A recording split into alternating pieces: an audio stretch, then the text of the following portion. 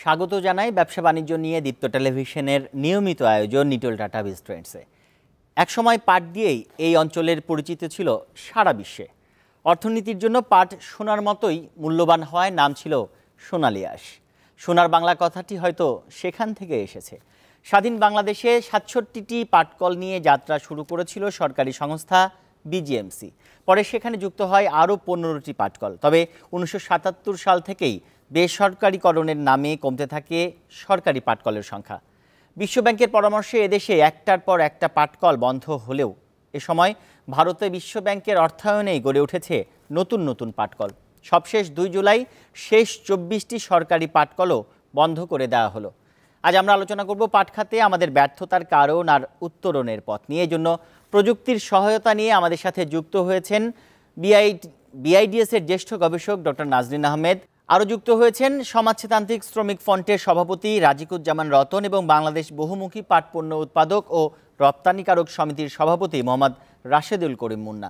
নাজনীন আপা, আপনার কাছে আমি প্রশ্ন রাখতে চাই যে আপনি কি মনে করেন যে পাট নিয়ে আমাদের যে করণীয় বা আগামী ভবিষ্যতে যে পরিকল্পনা যে নিচ্ছে বাংলাদেশ সরকার, সেটা আসলে কতটুকু যৌক্তিক আপনার কাছে কি মনে হয়?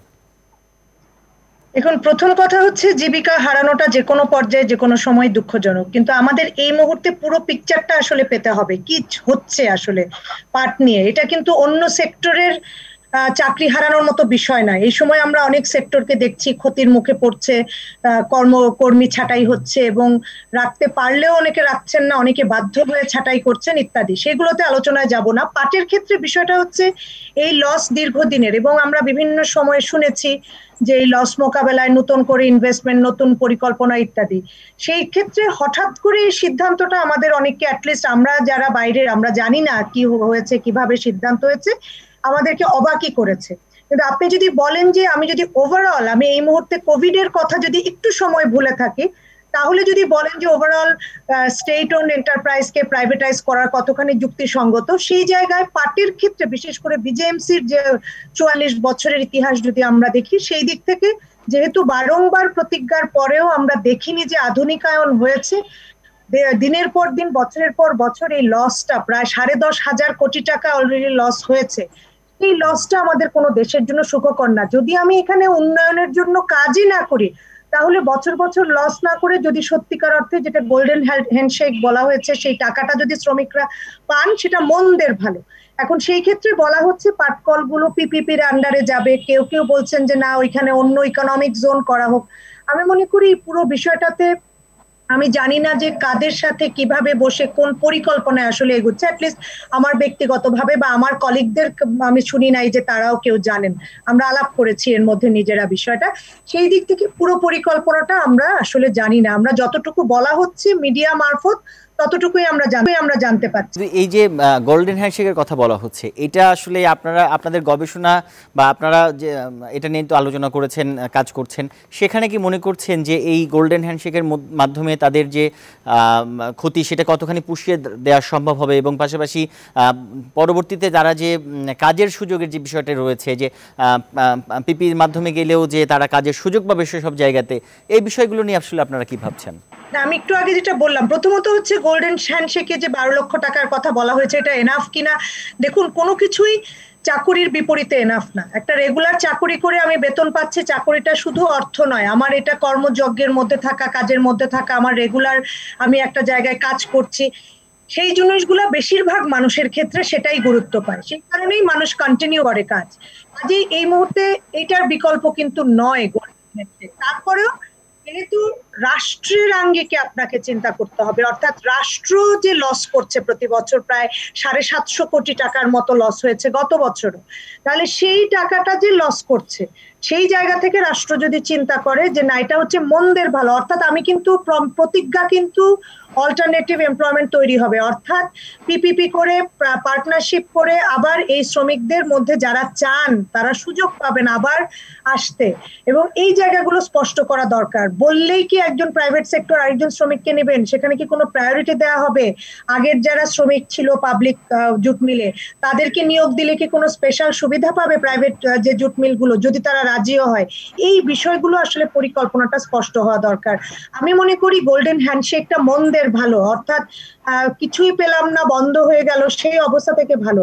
কিন্তু যে কোনো সময় কর্মের বিপরীত আসলে অর্থ সব সময় নয়, বেশিরভাগ মানুষের ক্ষেত্রে সেটা নয়। কাজেই যত দ্রুত সম্ভব, আমি সেটা পিপিপি বলি কিংবা প্রাইভেট সেক্টরকে স্পেশাল ইনসেনটিভ দেয়া বলি, যে তারা যেন লাভজনক হয় তাদের জন্য পাটের মধ্যে জুটের ব্যবসাটা, এবং সেই দিক থেকে এটা এক্সপ্যান্ড করে গার্মেন্টস যেমন এক্সপ্যান্ড করেছে সেরকম এটার এক্সপ্যানশনের মাধ্যমে যেন অনেক মানুষের কর্মসংস্থানের সুযোগ তৈরি হয়, সেই পরিকল্পনাগুলো একটু স্পষ্ট করা দরকার। আমি আমি একটু একটু রতন ভাইয়ের কাছে জানতে চাই এই মুহূর্তে। দীর্ঘদিন থেকে আমরা শুনে আসছি যে পাট খাতে দুর্নীতি, ভুল নীতি, অব্যবস্থাপনা আর নতুন প্রযুক্তি গ্রহণের অপারগতা, এই বিষয়গুলোর কারণে কিন্তু আমরা দেখে আসছি সরকারি পাটকলগুলো ব্যর্থ হয়েছে। আর আপনি কি মনে করেন লাভজনক না হওয়ার পেছনে যে ব্যর্থতা, সেই বিষয়টিকে আপনি কিভাবে মূল্যায়ন করবেন? আমরা তো দীর্ঘদিন ধরে শুনে আসছি যে পাট খাত একটা লোকসানের খাত, এবং দীর্ঘদিনটা কত, 48 বছরের বাংলাদেশের পাট কলের ইতিহাসের মধ্যে মাত্র 4 বছর পাট কল লাভজনক ছিল, বাকি 44 বছরেই আমাদের নাকি লোকসান হয়েছে। এবং এই 44 বছরের পুঞ্জীভূত লোকসানের পরিমাণ 10,674 কোটি টাকা, তার মানে বছরে গড়ে প্রায় 242 কোটি টাকার মতো। আচ্ছা, একটা লোকসান 44 বছর ধরে চলেই আসছে, তাহলে এই লোকসানটা বন্ধ হলো না কেন? নাকি এই লোকসানটাও পরিকল্পিত? একটা জিনিস কি 44 বছর এরকম চলতে পারে? আমরা এই জন্য আমাদের খুব অবাক লাগে যে লোকসান লোকসান বলতে বলতে এটাই কি একটা লাভজনক প্রকল্প ছিল নাকি, যে লোকসান বলে আমাদের রাষ্ট্রায়ত্ত পাটকলগুলোকে ধ্বংস করে দেয়া? আমাদের বাংলাদেশের স্বাধীনতার সঙ্গে পাটকলের সম্পর্কটা ওতপ্রোতভাবে যুক্ত। স্বাধীনতার মধ্য দিয়ে আমরা 78টা পাটকলের মালিক হলাম, পরবর্তীতে আরো 4টা পাটকল মিলে 82টা পাটকল হলো আমাদের রাষ্ট্রায়ত্ত পাটকল। এটা আমরা তো স্বাধীনতার সূত্রে পেলাম, পাওয়ার পরে এটাকে আমরা কিভাবে ব্যবহার করব সেক্ষেত্রে পরিকল্পনা করবার কথা কার? রাষ্ট্রের। এবং আমরা দেখেছি যে পাট ক্রমান্বয়ে কিন্তু পাটের জমির পরিমাণও বাড়ছে এবং পাটের উৎপাদনটাও বাড়ছে। যদি একটা ছোট্ট উদাহরণও আমরা দেখি, যে আমরা 2010 সালে আমাদের যদি দেখি যে 7 লক্ষ হেক্টর জমিতে পাট চাষ হয়েছিল, 15 লক্ষ টন উৎপাদন হয়েছিল এবং 83 লক্ষ বেল পাট উৎপাদন হয়েছিল। আর 2016 সালে আমাদের 8 লক্ষ হেক্টর জমিতে পাট চাষ হয়েছে, 16 লাখ টন পাট উৎপাদন হয়েছে এবং 91 লক্ষ বেল পাট উৎপাদন হয়েছে। তার মানে পাটের জমির পরিমাণও বাড়ছে, পাটের উৎপাদনও বাড়ছে।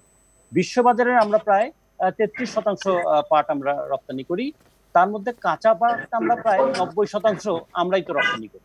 তাহলে আমরা ক্রমান্বয়ে আমাদের কি একটা কাঁচা পাটের রপ্তানিকারক দেশে পরিণত করার লক্ষ্য আমাদের রাষ্ট্রের এবং সমাজের ছিল?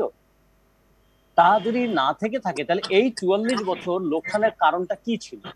একটা খেয়াল করে দেখুন, আমাদের পাটকলে স্থায়ী শ্রমিকের সংখ্যা কিভাবে কমছে। কমতে কমতে আমরা 78টা পাটকল থেকে 82টা পাটকল থেকে কমে প্রথমে এরশাদের আমলে 35টা পাটকলকে তো বেসরকারীকরণ করে দেওয়া হলো।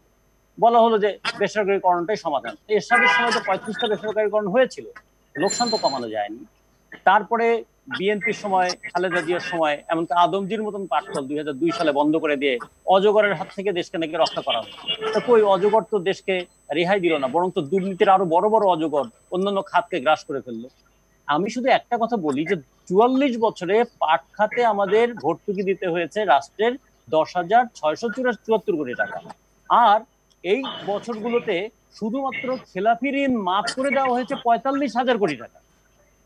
পাটের সঙ্গে আমাদের প্রায় 3 কোটি মানুষ যুক্ত, যে পাটের সঙ্গে লক্ষ লক্ষ শ্রমিক যুক্ত, যে পাটের সঙ্গে আমাদের অতীত শুধু নয় আমাদের ভবিষ্যৎটা যুক্ত। গোটা পৃথিবীতে পাটের বাজার, পাটের চাহিদা বাড়ছে, সেই সময় আমরা আমাদের রাষ্ট্রায়ত্ত পাটকলগুলো বন্ধ করে দিলাম।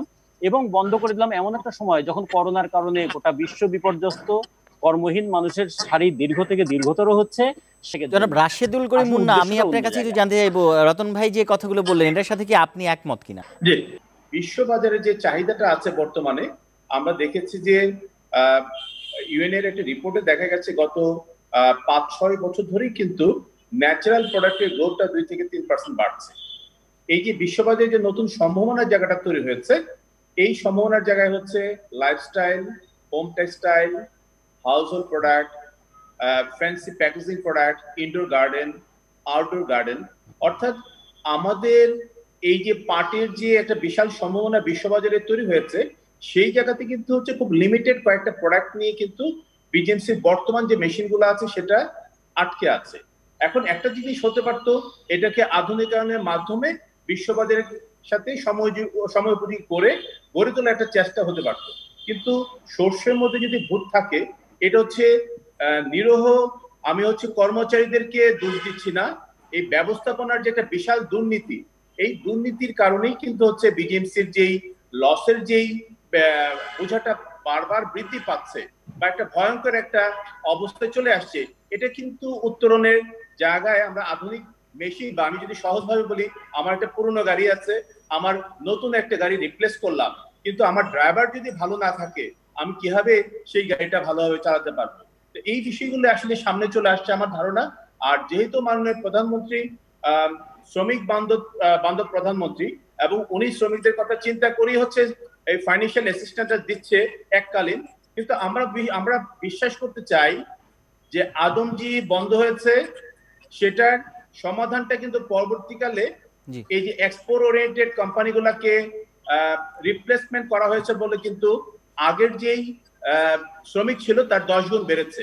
আবার পাশাপাশি যেটা রতন ভাই বলে গেলেন যে 35টা জুট মিল হচ্ছে প্রাইভেট সেক্টরে দেওয়া হয়েছে, তারা যারা কিনেছে তার হচ্ছে 10% হচ্ছে জুট মিল চালায়নি, তারা থার্ড পার্টি কাছে বিক্রি করে মুনাফা নেওয়ার সুযোগ করে নিয়েছে, অর্থাৎ সেটা সত্যিকার অর্থে উদ্যোক্তাদের হাতে যায়নি।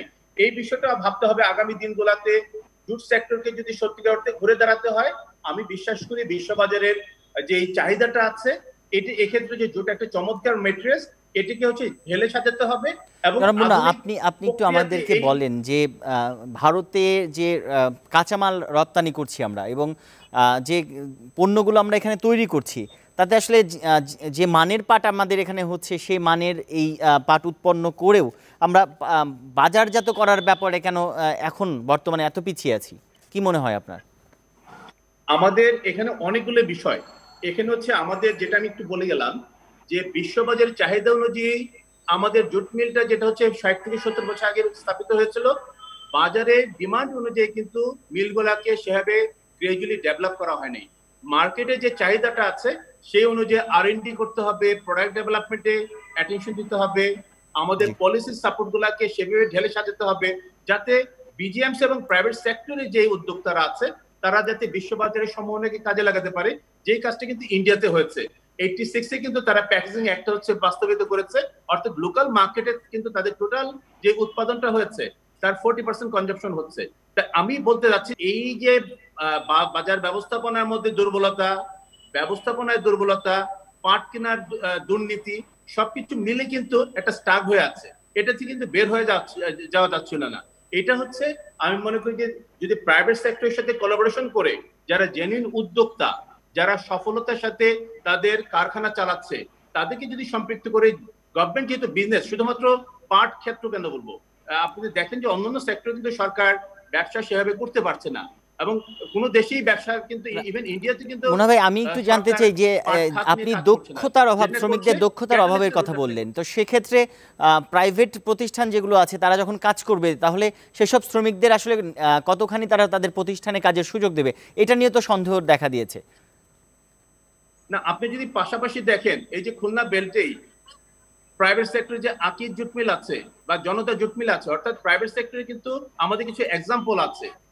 রাজিনা আপার কাছে একটু যেতে চাই যে আসলে আপনি তো শুনলেন রতন ভাই এবং মুন্না ভাইয়ের যে বিষয়গুলো উঠে এসেছে আজকের আলোচনায়, সেখানে আপনি যদি বলতেন যে আপনি তো এই বিষয়টি নিয়ে অনেক দিন ধরে গবেষণা করছেন, তো অ্যাজ এ গবেষক হিসেবে আপনি বিষয়টিকে কিভাবে দেখছেন, যে এ থেকে উত্তরণের উপায় কি বা এখন করণীয় কি রয়েছে আমাদের? দেখুন, একেবারে পাট সেক্টর নিয়ে গবেষণা করছি সেটা না, আমি মূলত গবেষণা করি দেশের শিল্পখাতের শ্রমিক এই বিষয়গুলো নিয়ে, এবং সেই জায়গা থেকে আমি একটু আগে যেটা বললাম, দেখেন রাশেদুল করিম, মুন্না ভাই, ওনার সাথেগুলো মিলে গেল। আমি এটাই বলতে চাচ্ছি যে আমরা সবাই বুঝছি যে বলি হয়েছে শ্রমিকরা, কিন্তু উন্নয়নটা কেন হয়নি এই সেক্টরের? বছরের পর বছর, যেটা রতন ভাইও বললেন যে বছরের পর বছর যে লস করছে এই সেক্টর বছরের পর বছর লস করে গেছে, কিন্তু সরকার বিভিন্ন সময় কিন্তু আমরা দেখেছি যে এই বুঝি নতুন মেশিন চলে আসলো, এই বুঝি নতুন কিছু হলো, কিন্তু দেখা গেছে যে ম্যানেজমেন্টের এই যে পুরো জিনিসটা, যে পাটের দিন চলে যায়, কেনে গিয়ে যখন দাম বাড়ে পারে তখন, তারপরে যে লস হয়। এখন এইগুলা কি পুরনো নতুন কিছু? এগুলো তো পুরনো কথা।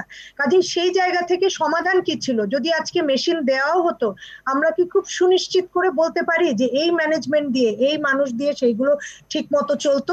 সেখানে অবশ্যই, যেখানে সব সারা দুনিয়া জোড়া বলে যে আসলে সরকার ব্যবসা করতে পারে না, কারণ ব্যবসার প্রথম জায়গাটাই হচ্ছে পুঁজিকে ঘনীভূত করে একজন ব্যবসায়ী। উনি একটা পুঁজিকে বাড়ানোর জন্য যে পরিশ্রমটা উনি দেন, যে মার্কেট রিসার্চ করেন, কোথায় কি প্রয়োজন সেটা যেভাবে দেখেন, সরকারের লোক কিন্তু সেভাবে দেখবে না। আমরা যদি আশা করে নেই যে কেবল দেশপ্রেমের জায়গা থেকেই সবকিছু চলবে, এটা হয় না। এখানে যে যতই আমরা নতুন মেশিন দিতাম, দেখা যেত যে হ্যাঁ কিছু তো হয়তো ঠেলে ধাক্কায় 1 থেকে 1.5 হতো, কিন্তু আমার যদি 10 হওয়া দরকার হয়, 1.5 দিয়েও তো আমার লাভ নেই। সেই জায়গা থেকে হ্যাঁ, এটা ঠিক সময়টা এখন ঠিক ছিল কিনা, করোনার এই সময় করা উচিত ছিল কি ছিল না, সেটা আরেকটা বিতর্ক। সেটা আমরা করতে পারি এবং সেটা হয়তো অপেক্ষা করা যেত। জনাব মুন্না বলছিলেন যে দক্ষতার অভাব রয়েছে, তো সেক্ষেত্রে যে আগের শ্রমিকদেরকে যদি সেসব জায়গায় নিয়োগ দেওয়া হয়, তাহলে সেটা আসলে কতখানি লাভবান হবে এই পাটকলগুলো? জনাব রতন, আপনার কাছে একটু জানতে চাই এই বিষয়টা নিয়ে আপনি কি মনে করছেন? প্রথমত এটাকে সোনার পাথর বাটি, যাদেরকে কারখানা থেকে তাড়িয়ে দেওয়া হলো তাদেরকে আবার নিয়োগ দেওয়া হবে, এই আকাশ কুসুম কল্পনাটা না করাই ভালো। আমরা যেটা বলতে চেয়েছিলাম এবং আমরা এখনো যেটা বলছি, যে পাটটা দরকার আমাদের আভ্যন্তরীণ মার্কেটের জন্য। আমাদের যে বিশ্ব স্বাস্থ্য সংস্থা এবারও বলেছে, খাদ্যশস্য এবং চিনি মৌলিকীকরণ কাজের জন্য তারা পাটের উপর গুরুত্ব দিয়েছে বিশ্ব স্বাস্থ্য সংস্থা। আর আমাদের দেশের শুধুমাত্র এই যে যারা ওই হিমাগার প্রতিষ্ঠানরা, তারাই একটা চুক্তি করেছে, তা বছরে তাদের প্রায় 550 কোটি টাকার বস্তা লাগে। মনে হয় আপনি শুনতে পাচ্ছেন নিশ্চয়ই আমাকে। আপনি কি আমাদেরকে বলবেন যে এই বেসরকারি যে খাতগুলো রয়েছে তাদেরকে উৎসাহিত করতে কি কি জরুরি পদক্ষেপ নেওয়া যেতে পারে, বা তাদেরকে উৎসাহিত করতে আর কি কি করা যেতে পারে? পাশাপাশি এটাও আপনি দেখেন যে মডেল পাটকলগুলো ছিল সেগুলোও কিন্তু এখন বন্ধ পাটকলগুলো, সেগুলো কিন্তু আবার চালুর কথা শোনা যাচ্ছে। এই বিষয়টিকে যুক্ত করে যদি বলতেন আমাদেরকে। আমি হচ্ছে স্বপ্নবাদী লোক এবং বাস্তববাদী লোক। বিশ্বের যে ডিমান্ডটা আছে, আমরা অনেক কথা বলতে পারি তর্কের খাতিরে, ইমোশনাল সাইড থেকে, কিন্তু পাটটা হচ্ছে আমরা কেন কাঁচামালের রপ্তানিকারক দেশের ভূমিকায় থাকবো? আমাদের পাট নিয়ে, আমাদের সুতা নিয়ে পৃথিবীর আমাদের আশেপাশের দেশগুলা হাজার হাজার কোটি টাকা ইনকাম করছে। আমরা এখনো $1 বিলিয়ন মধ্যে ঘুরছি। আমি তো স্বপ্ন দেখতে চাই পাট খাত হচ্ছে $5 থেকে $7 বিলিয়ন দিকে চলে যাবে। আমি তো স্বপ্ন দেখতে চাই এই যে $5 থেকে $7 বিলিয়ন মধ্যে যদি যেতে হয়, বিলিয়ন ডলার যেতে হয়, তাহলে আমাদের কর্মসংস্থান কিন্তু অনেক দূর বাড়ানোর সুযোগ আছে। আমি রতন ভাইদের মতো শক্তিশালী ভয়েস গুলোকে চাই যে সরকার যাতে এই যে সবসময় যেটা দেখা গেছে, সরকারের বেনিফিশিয়ারি গ্রুপগুলো হচ্ছে লুটপাটের সাথে যুক্ত, এখানে যাতে পাট শিল্পকে ঘুরে দাঁড়ানোর জন্য যেই পলিসিটা দরকার, একটা আমাদের 5 থেকে 7 বছর কেন্দ্রিক একটা দীর্ঘমেয়াদী পরিকল্পনা দরকার, যেখানে আমাদের মার্কেট ডিমান্ডের যে মার্কেট সাইজ আছে, প্রোডাক্টের ডিমান্ড আছে, সেটা আমরা আমাদের সক্ষমতা কিভাবে আনতে পারি, আমরা কিভাবে R&D তে ফোকাস করতে পারি, আমরা কিভাবে লোকাল মার্কেটকে সুসংহত করতে পারি, আমরা কিভাবে ওয়ার্ল্ড মার্কেটে যে ডিমান্ড গুলা তৈরি হয়েছে সেখানে পৌঁছতে পারি। এবং এই জায়গাতে কিন্তু মাথায় রাখতে হবে, পাট শিল্প কিন্তু শুধুমাত্র বিজিএমসি না, পাট শিল্প হচ্ছে সামগ্রিকভাবে। সুতরাং সামগ্রিকভাবে যদি আমাদের চিন্তা করি, আমাদের লেদার এবং জুট ছাড়া কিন্তু বাংলাদেশের লোকাল কোনো র মেটেরিয়ালস নেই, সবগুলো আমরা আমদানি নির্ভর। সুতরাং এই যে বিশ্বের সবচেয়ে ভালো মানের র মেটেরিয়ালসটা আমাদের হাতে আছে, এটিকে আমরা এখনো কিন্তু এই 40-50 বছর ধরে র মেটেরিয়ালসের জায়গাতেই হচ্ছে ফোকাস করছি। আপনি এখনো দেখেন যে এক্সপোর্ট ফিগারে যে 2/3% কিন্তু হচ্ছে ইয়ার্ন এক্সপোর্ট হচ্ছে।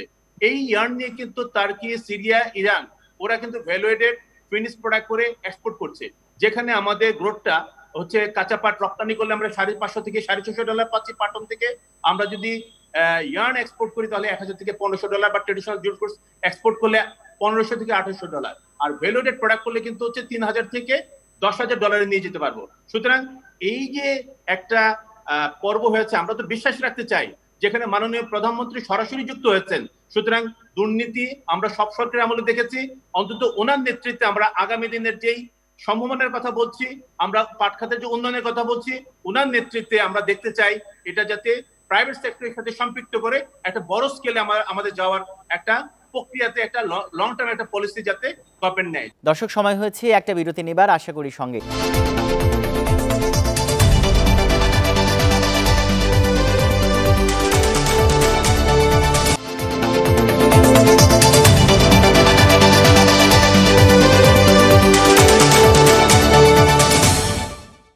আবারও স্বাগত জানায় নিটল টাটা বিজ ট্রেন্ডসে।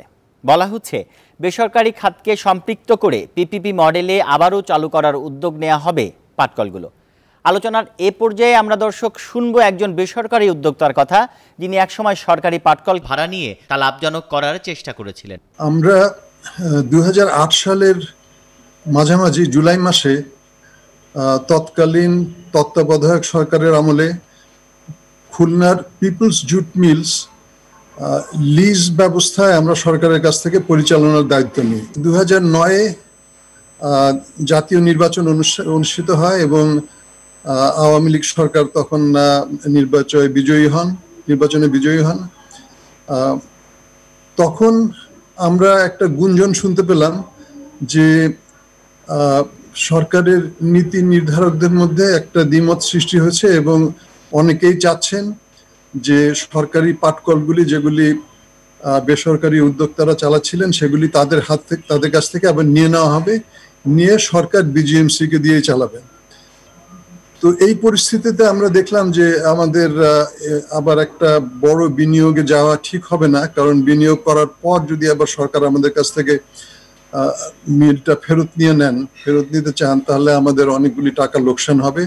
সেজন্য আমরা তখনকার তৎকালীন পাট মন্ত্রী জনাব আব্দুল লতিফ সিদ্দিকী, তাকে গিয়ে বললাম যে আমরা জুট মিলটা ফেরত দিয়ে দেব।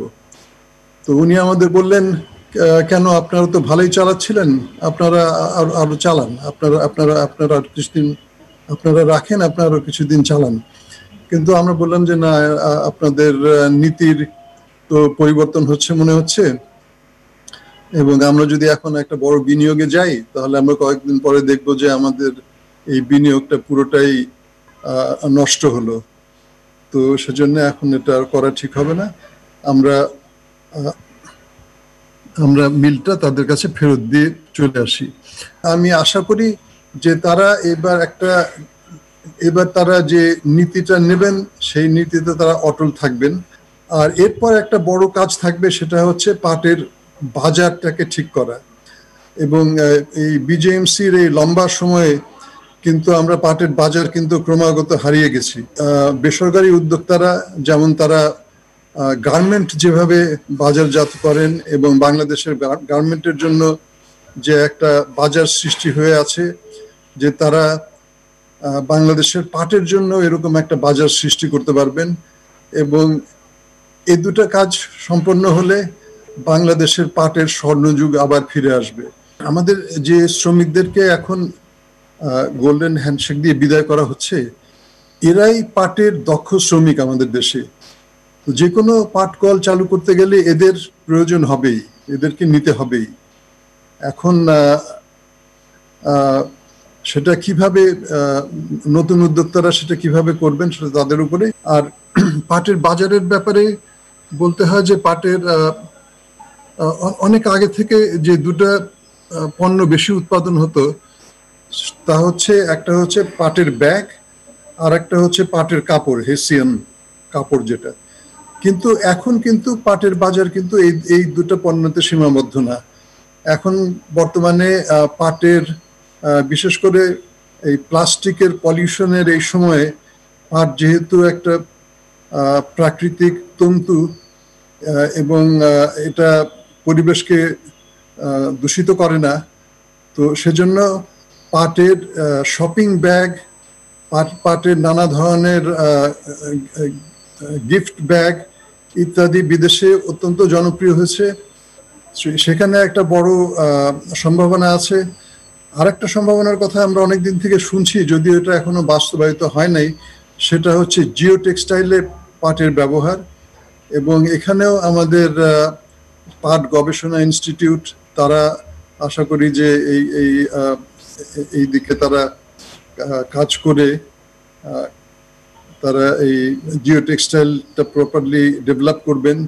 আমি একটু জানতে চাই নাজনীন আপার কাছে, আমরা কিছুক্ষণ আগে একজন উদ্যোক্তার কথা শুনেছিলাম যিনি লিজ নিয়ে করেছিলেন, সেটা ফেরত দিয়ে দেন সরকারের কাছে। নাজনীন আপা, আপনি কি একটু আমাদের বলবেন যে দুর্নীতি, অব্যবস্থাপনার পাশাপাশি পুরনো মেশিনগুলো আর গবেষণার অভাব, এটি কি আসলে মূল কারণ যে পাটকলগুলো দাঁড়াতে না পারার?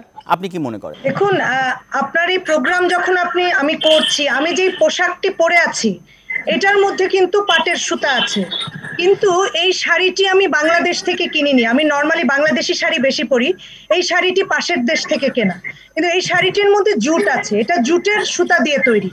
এখন এইটা যখনই জুটের সুতা ছিল, আজকে যদি এই সুতাটা একটা বস্তা তৈরি হইতো তাহলে কত দাম হতো, আর এটা যখন এরকম একটা শাড়িতে পরিণত হয়েছে তখন এটার দাম তার থেকে অন্তত 10 গুণ বেশি হয়েছে। অর্থাৎ যুগ কিন্তু পাল্টেছে। আপনি যখনই ডিজাইন প্রোডাক্ট চেঞ্জ করবেন তখন কিন্তু জিনিসটার মূল্য, যদি আমি 5 টাকা ইনভেস্ট করে চেঞ্জ করি, আমি হয়তো 20 টাকা ইনকাম করতে পারবো সেটা থেকে।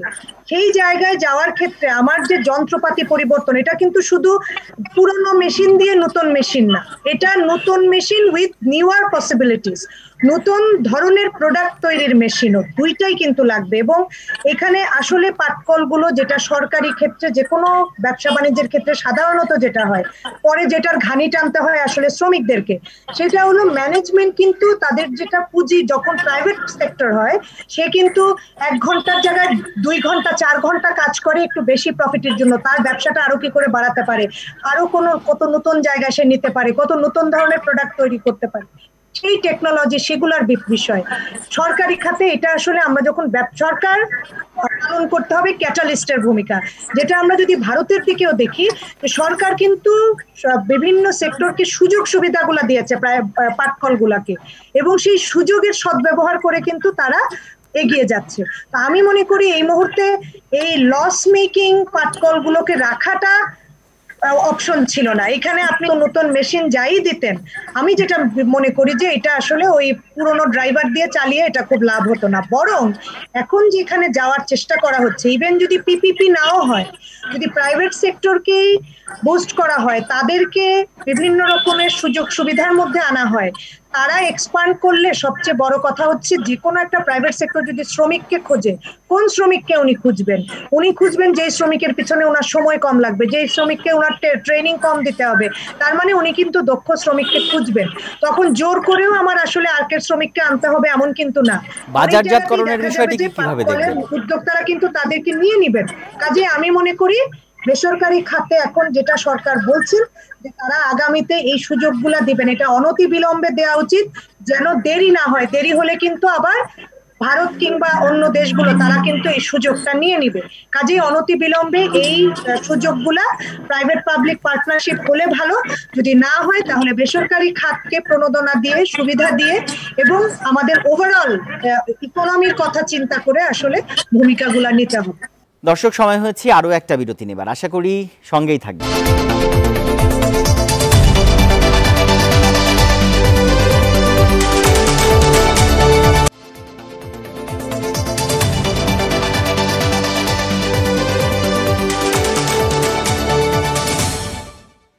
দর্শক, আরও একবার আমন্ত্রণ নিটোল টাটা বিজ ট্রেন্ডসে।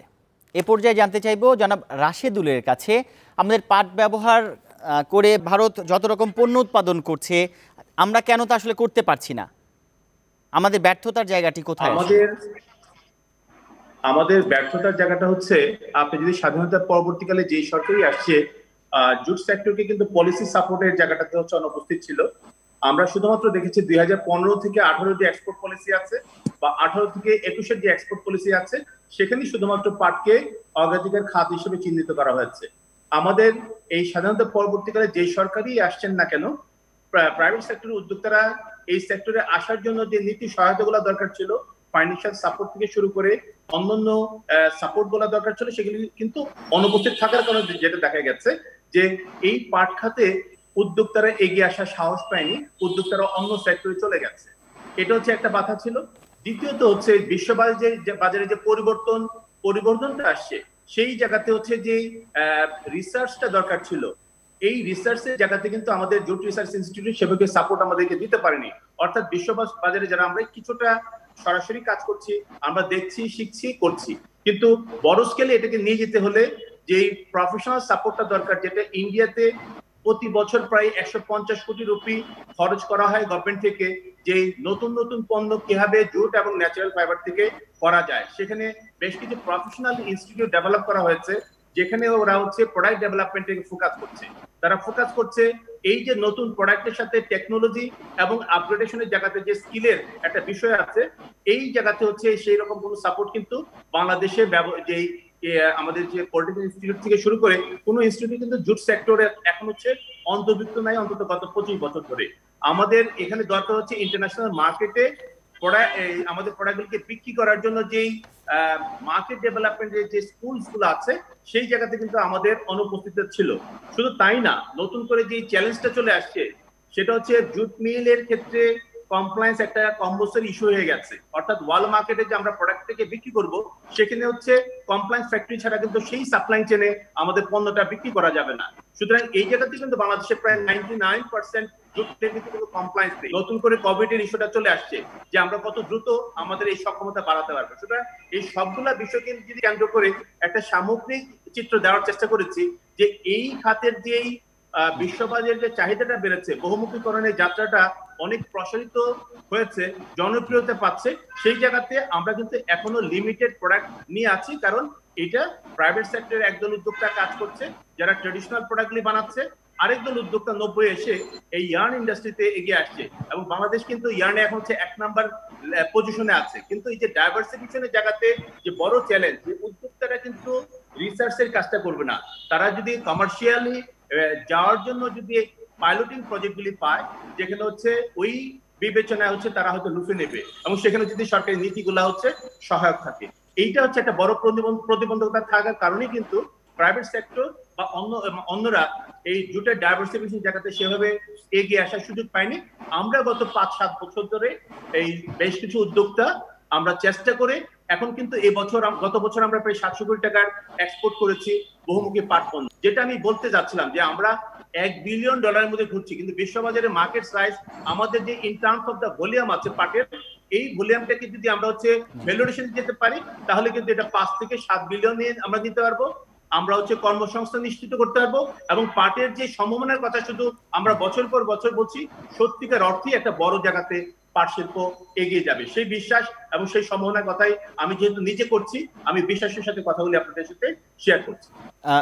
শুনলাম আপনার সম্ভাবনার কথা। জনাব রতন, আপনার কাছে জানতে চাইবো যে আপনি যদিও কিছু আগে বলেছেন, এই বিষয়টি খানিকটা আমাদেরকে বলে গেছেন, তারপর আবারও যদি একটু ব্যাখ্যা করে বলতেন যে আমরা যে গোল্ডেন হ্যান্ডশেকের মাধ্যমে যে শ্রমিকদেরকে বলা হচ্ছে সেসব শ্রমিকদেরকে আবারও কাজের নেয়ার ক্ষেত্রে অগ্রাধিকার দেওয়া হবে, তো এই বিষয়গুলো আপনি আসলে কিভাবে দেখছেন? এই সম্ভাবনাটা আসলে আপনার কাছে মনে হচ্ছে কি যে এটা আসলে আদৌ বাস্তবায়ন হবে কি না?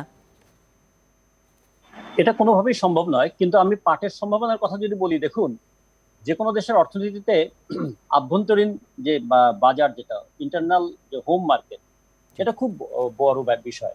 বাংলাদেশে প্রতি বছর যদি আমরা ধরি যে 15 লক্ষ টন কাঁচা পাট উৎপাদন হয়, তার বাজার মূল্য প্রায় 7,000 কোটি টাকা। আমাদের এখানে 25 লক্ষ টন যদি পাটখড়ি উৎপাদন হয় তাহলে তার বাজার মূল্য প্রায় 1,000 কোটি টাকার উপরে।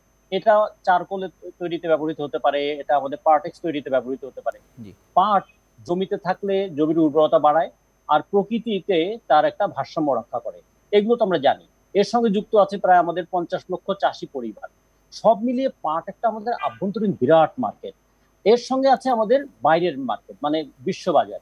বিশ্ববাজারে পাটের বহুমুখী পণ্যের কত ধরনের যে ব্যবহার, তার মধ্যে একটা শুধু যদি বলি, টেস্কো নামের যে একটা চেইন শপ, সে বলছে যে সে প্রতি মাসে 10 লক্ষ পাটের ব্যাগ চায় শুধুমাত্র প্রাকৃতিক ব্যাগ হিসেবে ব্যবহার করার জন্য। আমাদের এখানে ঢাকা শহরে প্রতি মাসে 40 কোটি পলিথিন ব্যাগ ব্যবহৃত হয়।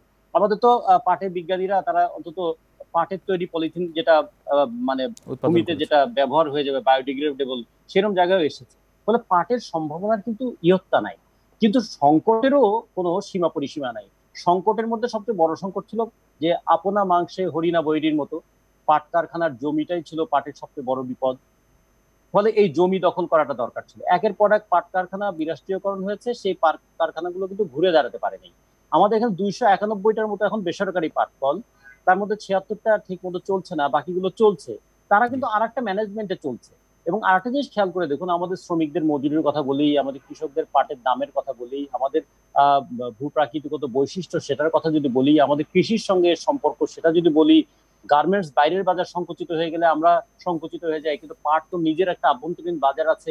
সব মিলিয়ে এই খাতটাকে রক্ষা করতে গেলে রাষ্ট্রীয় যে উদ্যোগ থাকা দরকার ছিল, সেই উদ্যোগের মধ্যে একটা কুঠারাঘাত দেখলাম আমরা, যে রাষ্ট্রীয় কারখানাগুলো রাষ্ট্র বন্ধ করে দিল। রাষ্ট্র এটা প্রমাণ করে দিল যে রাষ্ট্র তার শ্রমিকদের দায়িত্ব নিতে পারে না। এখন বেসরকারি মালিকদের কাছে একটা অসহায় পণ্যে পরিণত হয়ে গেল আমাদের শ্রমিকরা, তার শ্রমশক্তিটা। এবং আন্তর্জাতিক বাজারের ক্ষেত্রেও দেখা যাবে যে ভারতের কাছে আমাদের বাংলাদেশের পাটের বাজারটাকে প্রায় নির্ভরশীল বানিয়ে ফেলা হলো। ইতিমধ্যে আমাদের পাটের বীজের প্রায় 90% বীজ নাকি ভারত থেকে আসে। তাহলে সব মিলিয়ে এর দায় যেটা রাষ্ট্রের নেওয়ার কথা ছিল, সেই দায়টা পুরোটাই শ্রমিকদের ঘাড়ের উপর চেপে বসলো। এবং আমাদের শ্রমিকরা তারা চাকরিচ্যুত হলো, অপবাদ এবং অপমান নিয়ে ফিরে গেল। একদল মানুষ তারা আমাদের জমিগুলো লুটপাটের শিকার পরিণত করলো, কিন্তু বাস্তবে ক্ষতিগ্রস্ত হলো আমাদের বাংলাদেশ। আমরা যদি একটা সুষম বিকাশের দিকে দেশটাকে নিয়ে যেতে চাই, তাহলে রাষ্ট্রায়ত্ত পাটকলের মতো করে আমাদের একটা রাষ্ট্রায়ত্ত পরিকল্পনা থাকা দরকার, যে বটম লাইনটা কি হবে, একজন শ্রমিকের সর্বনিম্ন মজুরি কত হতে পারে, একটা শ্রমিকের কি কি সুরক্ষা হতে পারে, একটা শ্রমিকের কি দক্ষতা তৈরি হবে, এবং সেই দক্ষতা তৈরি করার ক্ষেত্রে রাষ্ট্র এবং মালিক কি ভূমিকা পালন করবেন, সেগুলো কোনো কিছুই কিন্তু আমাদের এখানে নাই। বেসরকারীকরণে মুক্তবাজার অর্থনীতির কথা একদম মুক্তভাবে লুটপাটের একটা ব্যবস্থা থাকে।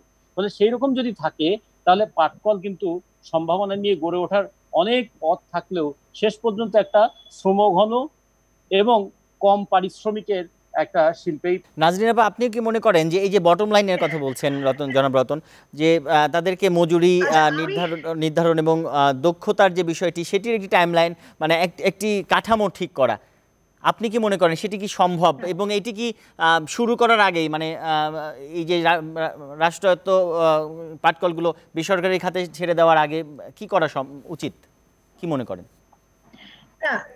আগে না, রতন ভাই যে কনসার্নটা বললেন, সেই কনসার্নটা হচ্ছে একটা কনসার্ন, এটার আশঙ্কা আছে যে একটু আগে কিন্তু মুন্না ভাইও বলছিলেন যে ওনাদের পাটকলগুলা কিন্তু কমপ্লায়েন্ট না। আমরা যখন আন্তর্জাতিক বাজারে যাওয়ার কথা বলছি, আমরা যখন বলছি যে সেখানে আমি এক্সপোর্ট করব, সেখানে কিন্তু পাটকলগুলাকে অবশ্যই কমপ্লায়েন্ট হতে হবে। আমরা যদি তৈরি পোশাক খাতের 25 বছর আগের অবস্থা দেখি আর আজকের অবস্থা দেখি, কমপ্লায়েন্সের আমাদের স্বীকার করতে হবে আকাশ পাতাল ইতিবাচক পরিবর্তন ঘটেছে, এবং সেখানে আন্তর্জাতিক চাপও ছিল। এবং আপনারা জানেন যে বাংলাদেশ যেহেতু এখন উন্নয়নশীল দেশ হওয়ার পথে আছে, আগামীতে দেশ হিসেবে, শুধু একটা খাতের জন্য না, দেশ হিসেবে আন্তর্জাতিক বাজারে যদি আমাদের আরো কিছু সুযোগ সুবিধা জিএসপি প্লাস বা অন্যান্য বিষয় পেতে হয়, আমাদেরকে অবশ্যই সব খাতেরই কমপ্লায়েন্সের নিশ্চয়তা দিতে হবে।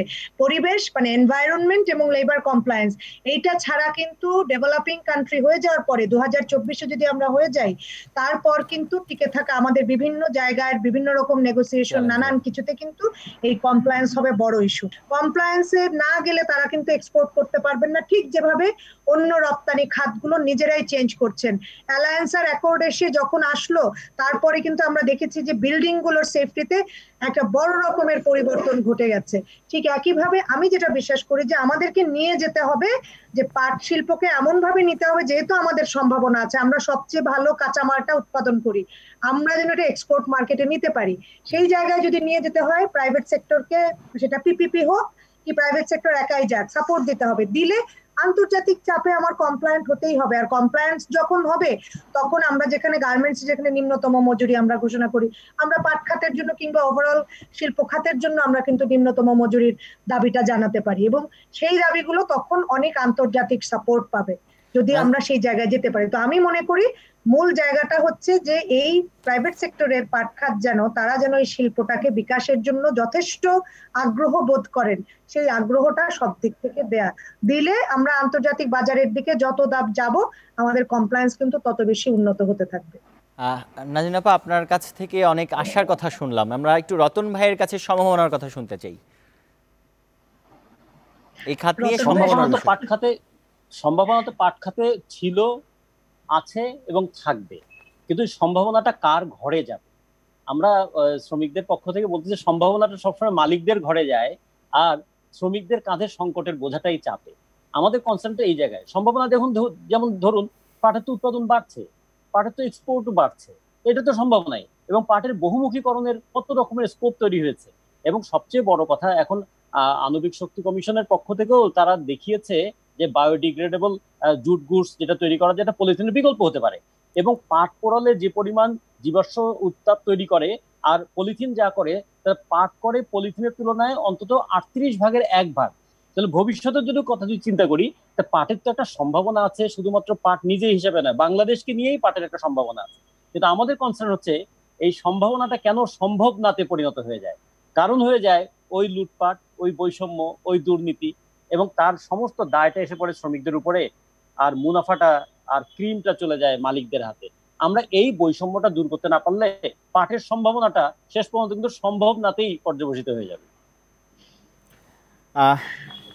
নাজনীন আপা, আমি একটু আপনার কাছে জানতে চাইবো শেষ প্রশ্নটি আপনাদের কাছে, নাজনীন আপার কাছে, যে এই যে শ্রমিকদেরকে নিয়োগের বিষয়ে, তাদের বিষয়ে যে গাইডলাইন কোনো তৈরি করা উচিত কিনা, এই বিষয়টি শুরুর আগেই আপনি কি মনে করেন তাদের আবাসন, চিকিৎসা, অন্যান্য সুবিধা যেগুলো রয়েছে, প্রশিক্ষণ, ছোট্ট করে যদি আমাদেরকে জানাতেন।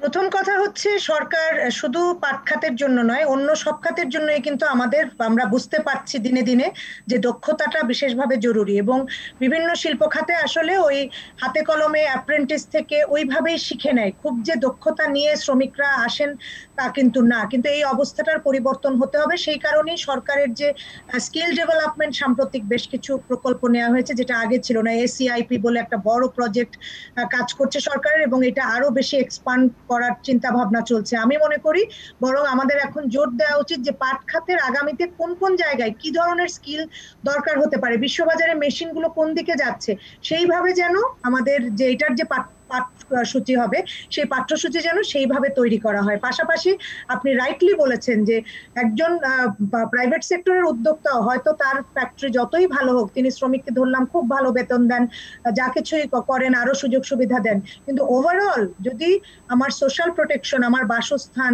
যানবাহন, এগুলো যদি খুব উন্নত না হয়, তাহলে শ্রমিকদের পক্ষে অ্যাফোর্ডেবল প্রাইসে বসবাস করা কিংবা যাতায়াত করা সেটা সম্ভব হয় না। এবং তাতে যেটা হয়, তাদেরকে যেহেতু সাধারণত কায়িক পরিশ্রম করতে হয়, দিনে দিনে তার যে শক্তিটা, সেই শক্তিটা ক্ষয় হয়ে যায়। ফলে আমরা কিন্তু শ্রমিকদেরকে কখনো দেখি না যে 59 বছর বয়স পর্যন্ত কাজ করে উনি রিটায়ারমেন্টে যান। বেশিরভাগ ক্ষেত্রে তার আগেই, অনেক আগেই কিন্তু তারা সরে যেতে বাধ্য হন, কারণ তার শরীরের শক্তিটা অবশিষ্ট থাকে না।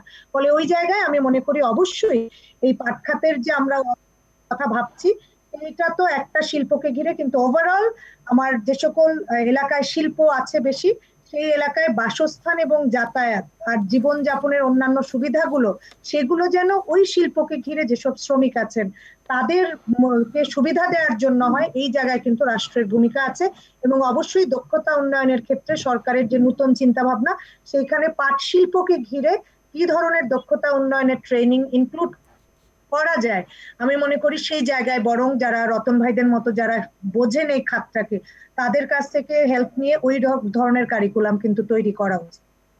ধন্যবাদ আপনাদেরকে আমাদের আজকের আলোচনায় যুক্ত হওয়ার জন্য। দর্শক, সময় হয়েছে বিদায় নেবার। বাংলাদেশে পরিকল্পিত শিল্পায়নের একমাত্র উদাহরণ ছিল সরকারি পাটকলগুলো।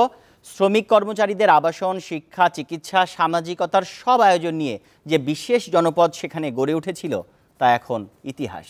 আশা করি সরকারি পাটকলের ব্যর্থতার থেকে শিক্ষা নিয়ে ভবিষ্যতের বাংলাদেশ সঠিক পথ খুঁজে নিতে পারবে। এতক্ষণ আমাদের সাথে থাকার জন্য ধন্যবাদ। আবারও দেখা হবে নিটল টাটা বিজ ট্রেন্ডসে অন্য কোনো জরুরি আলোচনা নিয়ে। সে পর্যন্ত সতর্ক থাকুন, সুস্থ থাকুন এবং দীপ্তর সাথেই থাকুন।